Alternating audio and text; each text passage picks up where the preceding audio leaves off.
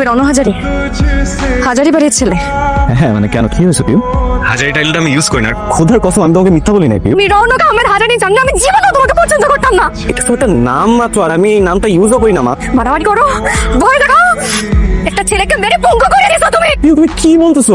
আধা ঘন্টা তো হয়ে গেল, মেয়েটারা আনেন একটু কথাবার্তা কই। জি অন্য কয়টা মামলা আছে? কোনো মামলা নেই। মামলা থাকবে কিসের জন্য? আপনাদের বাড়ির সবার নামে তো কিছু না কিছু মামলা আছে। হাজারি বাড়ির আপনার কি মনে হয়? আঙ্কেল আমার নামে কোনো মামলা নেই। এ বাড়িতে লোকজনের ভয়ে জাতি ফেলে না, সেই বাড়িতে বুঝতে পারতেছি হ্যাঁ, বুঝতে পেরেছি। এই, আসো, ওঠ। সবাই আমাদেরকে ভয় পায়, কেন হয়? কেউ দেখো এখানে অনেক বড় একটা মিসআন্ডারস্ট্যান্ডিং হচ্ছে, তোমাকে উল্টাপাল্টা কেউ কিছু বুঝাইছে। দেখো আমি আমি ব্যবসা করি, আমি বিজনেসম্যান। হ্যাঁ আমি টুকটাক পলিটিক্স করি, ঠিক আছে, কিন্তু সেটা আমার ফ্যামিলি সবাই করে পিউ। আমি এভাবেই বড় হয়েছি।